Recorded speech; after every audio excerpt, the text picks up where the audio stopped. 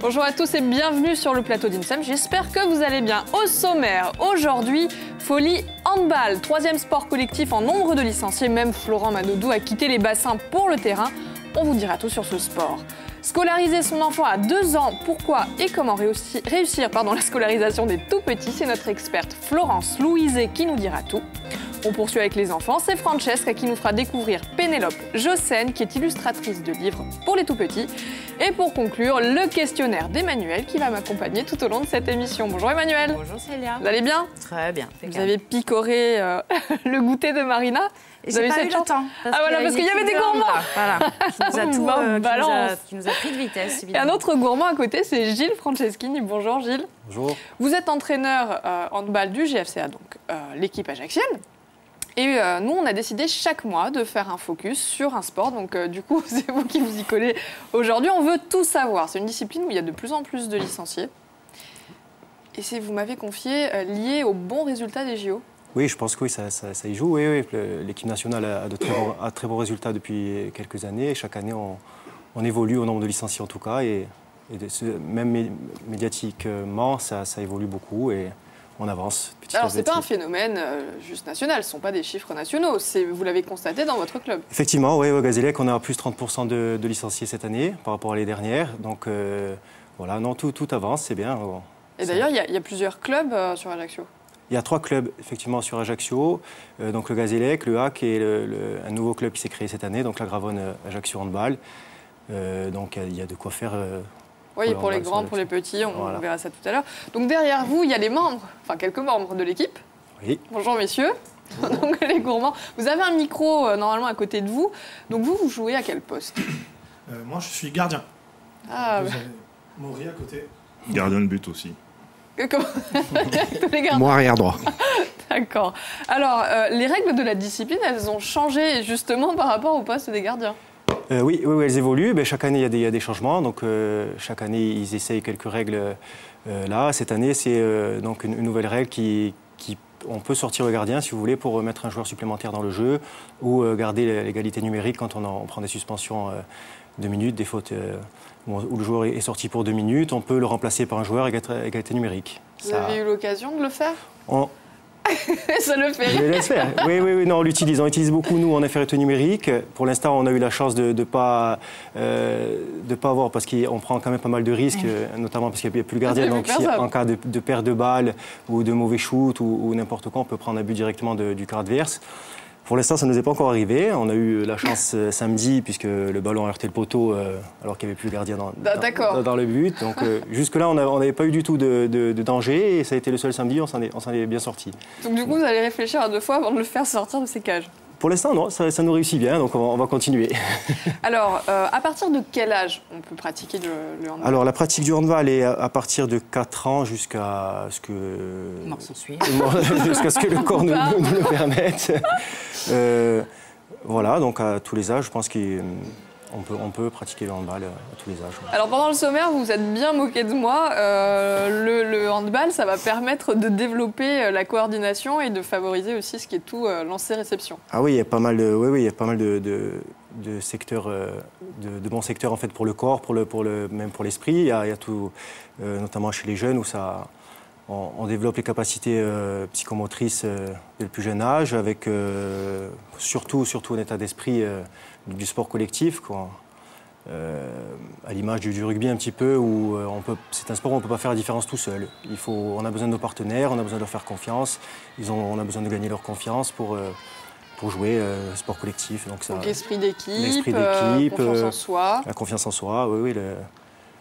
Puis le rôle qu'on peut avoir dans un groupe, ça apporte quand même beaucoup de choses. C'est un sport, je crois que c'est le sport le plus pratiqué dans la vie scolaire, enfin en secteur scolaire, donc c'est qu'il y a des avantages. Il doit y avoir des avantages. Même pour les autres disciplines comme le tennis, c'est bien de favoriser, de s'entraîner au lancer-réception. D'ailleurs, pourquoi il était mauvais, moi, Mais je n'ai pas vu de réception, en fait. C'est ça c'est le cadeau. Non, vous avez dit que la réception... Oh, comme il... Vous avez dit que ma réception... On a vu votre lancer et pas personne attraper la balle. C'est la machine à donc ça réclame beaucoup d'agilité, du coup. Oui, agilité, oui, beaucoup de... Enfin, beaucoup... Ça développe pas mal de capacités dans tous les secteurs, puisque c'est un sport complet.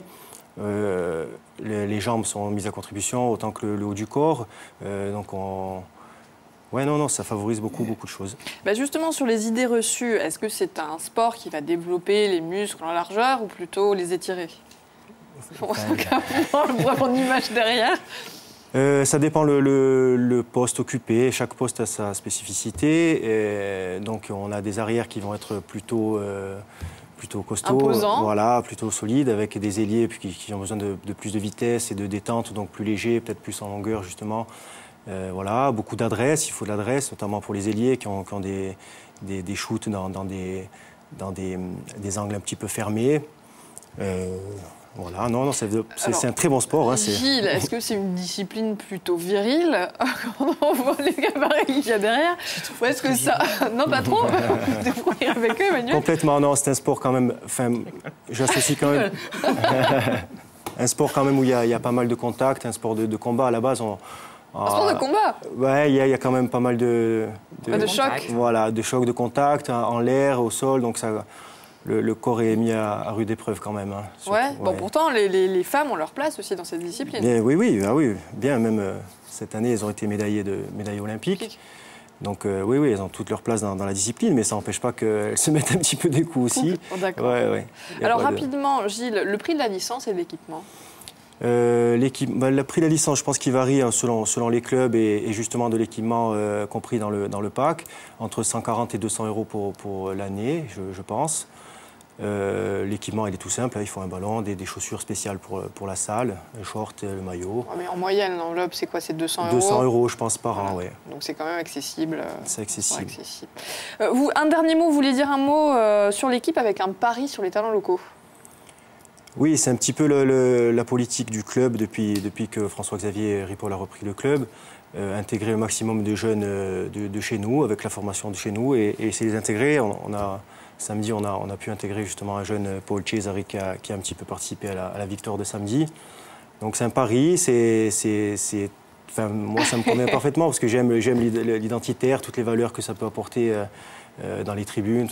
On se reconnaît plus quand on connaît la personne qui a grandi chez nous et qui est formée chez nous. Donc sa petite valeur identitaire. C'est d'où l'intérêt de les prendre tout petits, de les accompagner, de les former. Voilà. Merci Gilles, vous restez avec nous tout au long de l'émission. Et maintenant, on va jouer avec Emmanuel. D'ailleurs, ça vous a inspiré ce sport. On va rester dans le thème.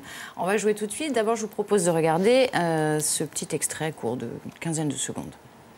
7 secondes. Allez, Daniel. Daniel Narcisse. Ouais. Et le voilà. Magnifique. Et il est pas beau ce Daniel. Magnifique. Il est pas merveilleux ce Daniel. Il est pas exceptionnel. Il était exceptionnel ce Daniel. Il a offert à la France une place en finale, mais qui a finalement s'est imposé, ne s'est pas imposé en finale. Non, c'est le Danemark qui s'est imposé. Bref, je vous demande, attention, soyez très attentifs, quel est le surnom de cette équipe? Alors on a connu les Barjots il y a bien longtemps. Leur surnom a changé aujourd'hui. Si vous avez la bonne réponse, appelez-nous vite au 0800 3x0 900 à gagner aujourd'hui. Non pas ce fameux chargeur de téléphone, mais une clé USB. Voilà, encore un cadeau spécial geek, comme ça, avec une petite clé et un superbe livre. C'est génial. Ouais. Je crois que Célia va essayer de J'adore. braquer. Donc c'est un bracelet. Voilà, un très beau livre. Ouais, j'adore ça. Qu'à appeler. Un très beau livre, voilà, sur Magne, Finger Food Corps. Appelez vite. Vous pouvez pas appeler non plus, Gilles, tant pis. Ça appellerai demain. Alors justement, un petit indice, on va changer de chronique, ça va être le moment de la chronique expert. Scolariser son enfant qui a moins de 3 ans, est-ce que c'est possible? Voilà, hop. Est-ce que c'est possible et dans quelle mesure? C'est notre experte Florence Louiset qui va tout nous expliquer. Bonjour Florence, je vous en prie, prenez place. Bonjour.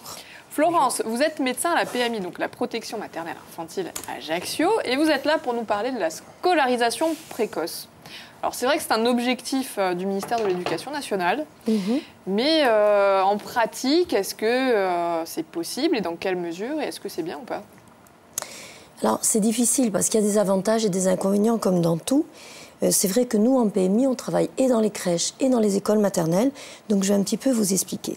C'est vrai que le gouvernement a mis sur son site une note pour inviter tous les parents à scolariser leurs enfants de moins de 3 ans.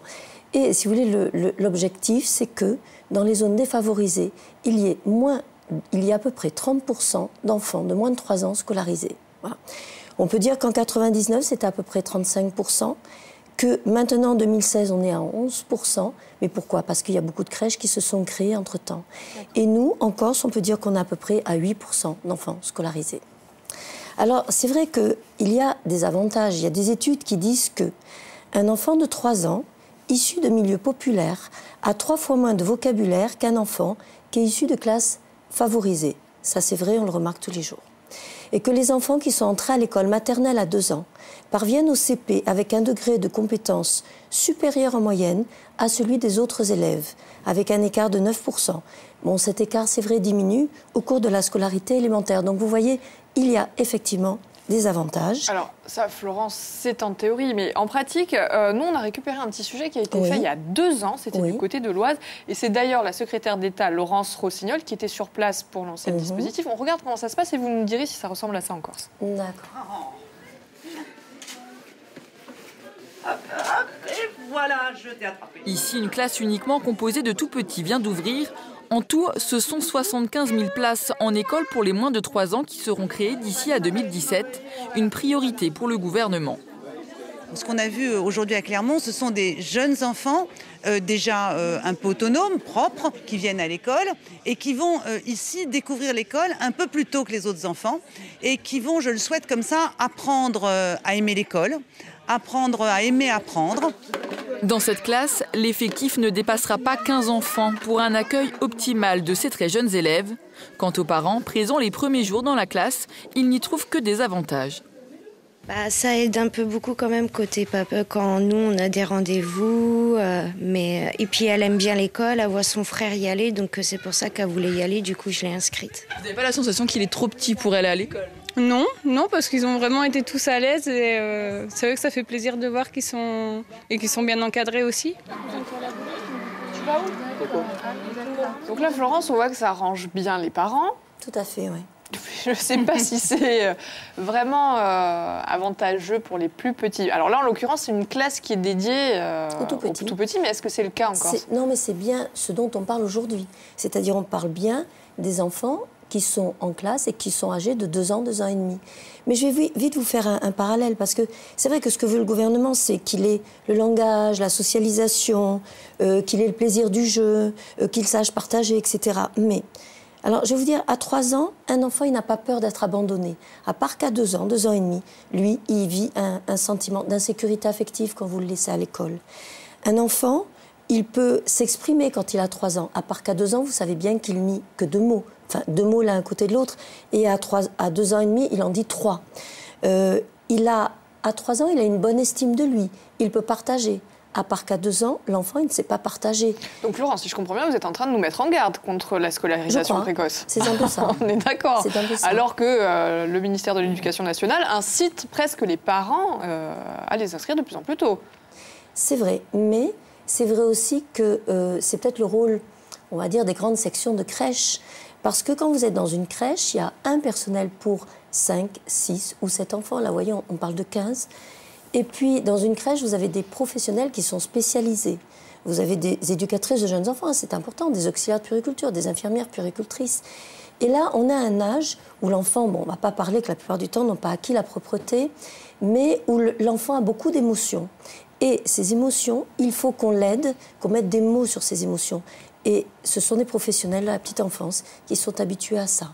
Alors on voit beaucoup d'avantages pour les parents, beaucoup moins pour les enfants. Est-ce qu'il y a d'autres pistes pour essayer justement pour ceux qui sont dans la tranche 2 ans et demi et qui pourraient déjà envisager la scolarisation ? Alors déjà, nous, ce qu'on va proposer, c'est pour les enfants qui sont scolarisés, puisqu'ils le sont, c'est d'aller aider les institutrices et les ATSEM qui sont dans les écoles.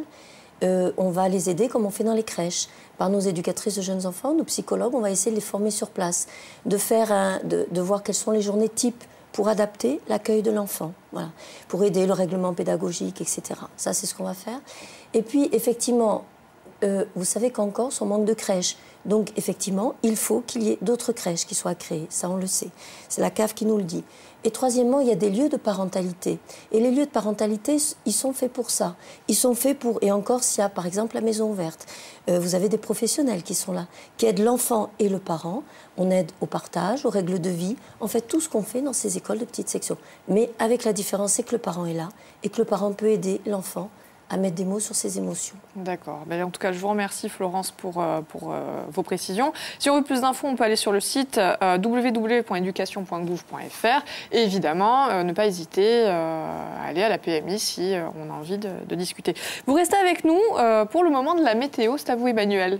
Oui, la météo. Alors, vous allez vite en profiter parce qu'une dégradation va pas tarder à pointer le bout de son nez en jeudi, vendredi. Enfin bon, Marina vous donnera plus... oui, avant le week-end. Alors, quelques nuages traînent entre Solenzar et Porto Vecchio. Ils vont déborder parfois. Ils masqueront temporairement le soleil, mais pas de pluie pour l'instant. Les nuages vont s'enfoncer dans l'intérieur sur le relief du Renoso et de l'Incudine. Les températures vont commencer à baisser. Le mercure se situe entre 22 et 27 degrés. C'est triste, hein? Ouais. Mais non, c'est pas triste, mais il faut parce des que saisons. Vous avez toujours des alternatives. Il y a des alternatives. Alors, ce week-end, si vous vous ennuyez, s'il pleut, moi, je vous propose une petite lecture. Alors, ça s'appelle 10 jours sans écran. Oui, vous lisez bien, Célia. D'ailleurs, je vais vous l'offrir. On va voir si vous tenez le choc. En fait, c'est un livre qui est destiné aux 9-10 ans, un petit roman, où un défi est lancé à une classe de CM2. Celui de passer 10 jours sans écran. Donc, on éteint les télés, désolé, la télé, plus de console, pas de tablette. Bref, les enfants doivent s'y coller, mais les parents aussi. Et finalement, c'est un peu ça qui est intéressant, je trouve, parce qu'en fait, je pense que c'est nous qui les formatons, c'est personnel. Donc, une résistance de quelques-uns va s'organiser, mais la magie, évidemment, va opérer, puisque les élèves vont organiser différemment leur journée, papa et maman aussi, ce qui est pas mal, et ils vont découvrir de nouvelles activités, des liens vont se resserrer, des amourettes vont naître aussi. Ben oui, tant qu'à faire. On est dans le truc. Bref, tout peut arriver lorsqu'on éteint ces écrans. Et moi, je vous le conseille, à vous les parents, faites-le lire à vos enfants. Moi, je vais essayer de le faire lire à Célia. Et je vais essayer de m'y coller. Quel serait votre avis de professionnel sur vous savez, nous, on a fait un petit livret en disant « Attention, danger des écrans ». Et Serge Tisseron dit « Pas d'écran avant 3 ans ». Je crois que c'est clair, c'est-à-dire que l'enfant n'a pas sa maturité lorsque vous le mettez devant la télévision. Et les parents pensent en tout cas que ça va l'aider à parler. Mais pas du tout. Pas du tout. Il est complètement passif, finalement, exactement. Cet outil. Il faut qu'il soit dans la construction, avec ses mains. Et la télévision, en plus, l'empêche de penser et de réfléchir suffisamment. Tout se fait à sa place. Quoi. Voilà. Donc, on n'hésite pas à prendre un livre. Heureusement que Francesca est là, justement, parce qu'on va continuer avec les enfants. Elle a découvert une illustratrice de livres pour enfants. On regarde. Bonjour à tous, très heureuse de vous retrouver ici, aujourd'hui, en Casing. Alors, toute petite, Pénélope aimait raconter et écouter des histoires. Un monde magique et féerique dans lequel elle aurait toujours voulu exister. Aujourd'hui, son rêve s'est presque réalisé. En effet, Pénélope est devenue l'une des illustratrices et créatrices de livres jeunesse, enfants, des plus reconnus. Elle nous fait découvrir son univers.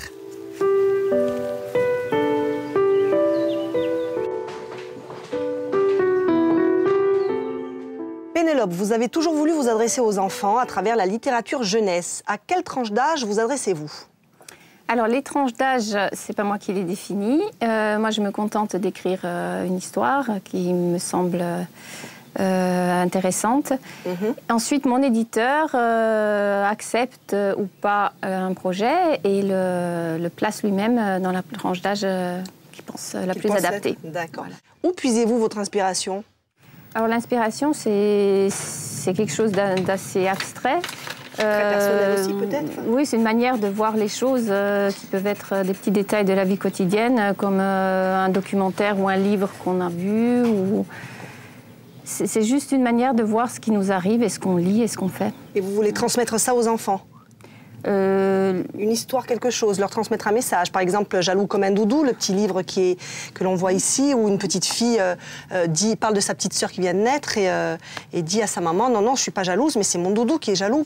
Là, il y a voilà, alors là, c'est ma fille aînée qui, quand est née sa petite sœur, m'a dit, je ne suis pas du tout jalouse, mon doudou est jaloux.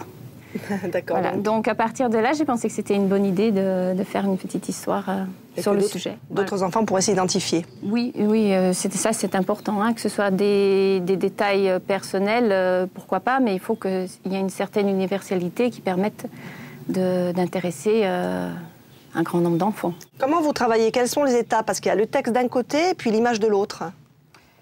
Alors, moi, si je travaille un texte, j'ai en tête des images quand même sur mon texte et vice-versa. L'histoire doit être comprise par des enfants qui ne savent pas lire.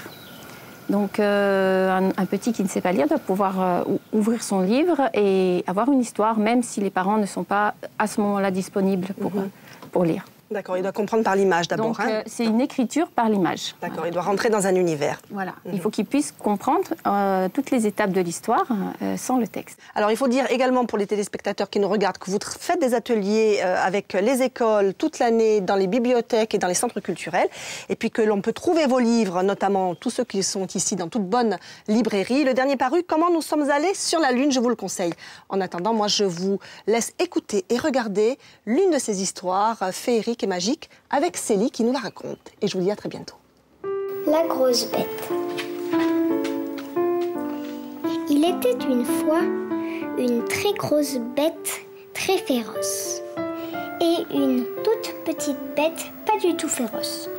Quand elle rugissait, la grosse bête faisait très très peur. Quand la petite bête rugissait, la grosse bête se moquait d'elle. Alors la grosse bête voulut manger la petite bête. Un jour, la petite bête en eut marre.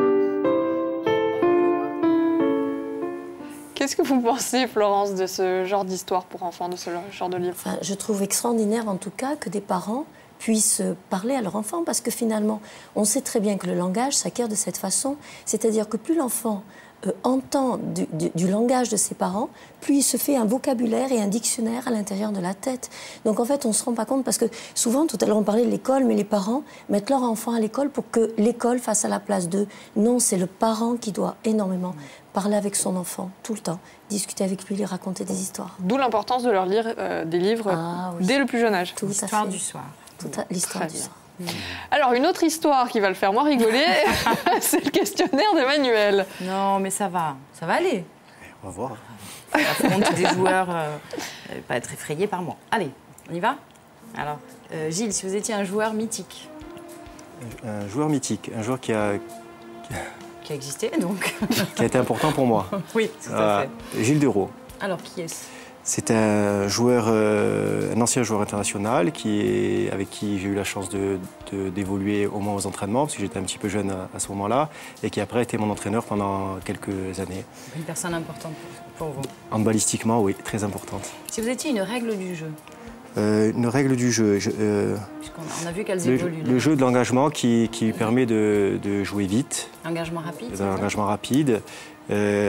Donc j'aime le jeu rapide.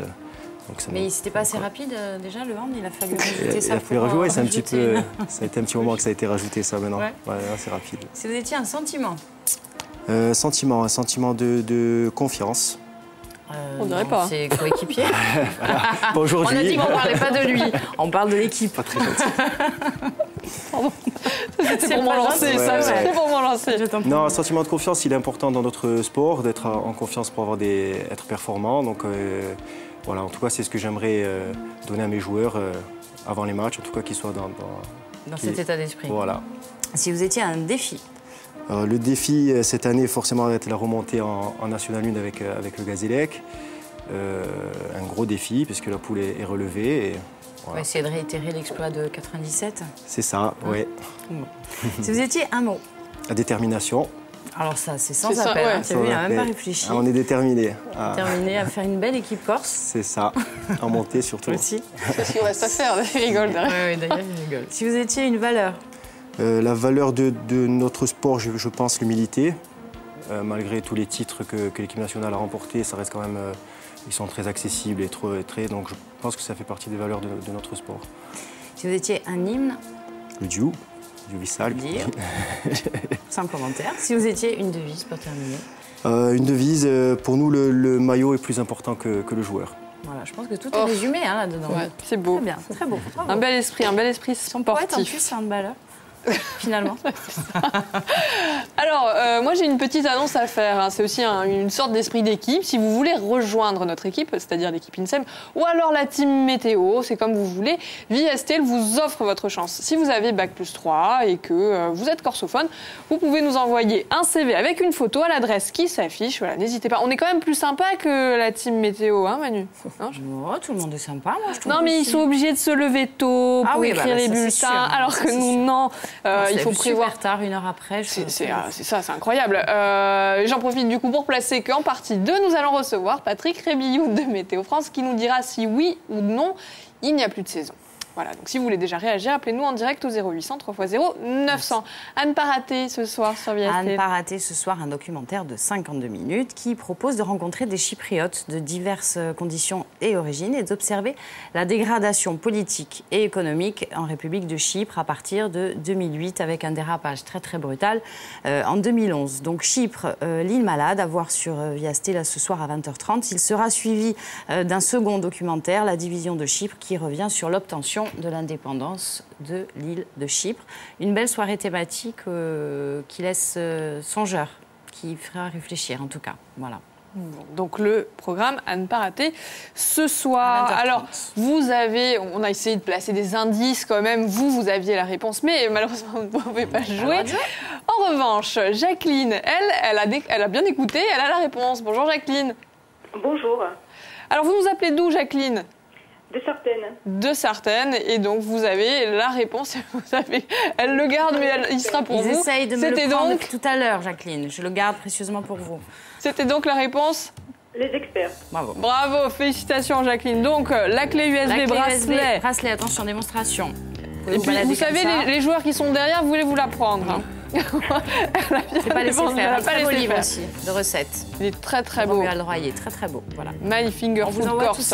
On vous envoie tout ça. Donc à Sartène. Merci Jacqueline de nous avoir appelés. Moi, je vous retrouve après les titres de Stéphane Ouchiati pour donc discuter de la saison. Quel temps fait-il, quel temps ne fait-il pas.